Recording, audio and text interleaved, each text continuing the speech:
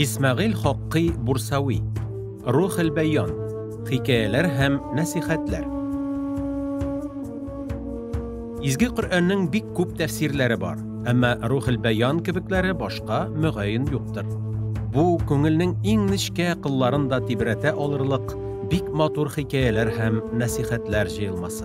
Eligi eserinin uzunşeligi, Kur'an ayetlerinin mağnesin, yaki şuşa ayetlerden çıkan neticelerini anlata durgan kıssalar getirilüyor. Bunda iske alıngan vakigalar uylandıra, özümüzün gamellerini elekkigi kişilerinin yaşav revuşu bilen çağıştırırga hem gibretlenirge itere. Allah'ın sözlerine ehemmiyet veriyor. Bir vakit Hasan radıyallahu anh'ı özünün dostları bilen tavın yanında oturgan.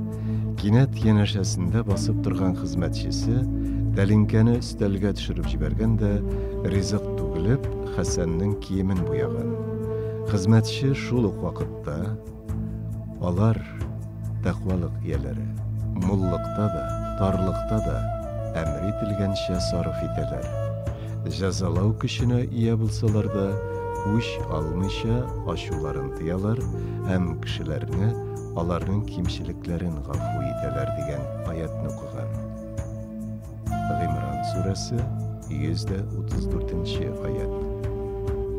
Hasan radıyallahu anh'ı men seni gafu ettim degen. Şundan soň hizmetçiye devam ettirip Allah'a iyilik kıluşlarını süge hem alarga köp etip savaplar beredip istagan. İmran suresi 134. ayet. Mundan soň Hasan, men seni Allah'a rizalığı için azat etem. Mundandır seni özümnün hizmetçi kızıma ilendirem hem toy ötkeru şığımların öz üstüme alam deb etken. Nasihat. Eğer bizge buysunuda yaki bizning terbiyede bulgan birer kişi hatalansa, en birinci şiratda özübizni anın ornuna koyup qararga tiyishbiz.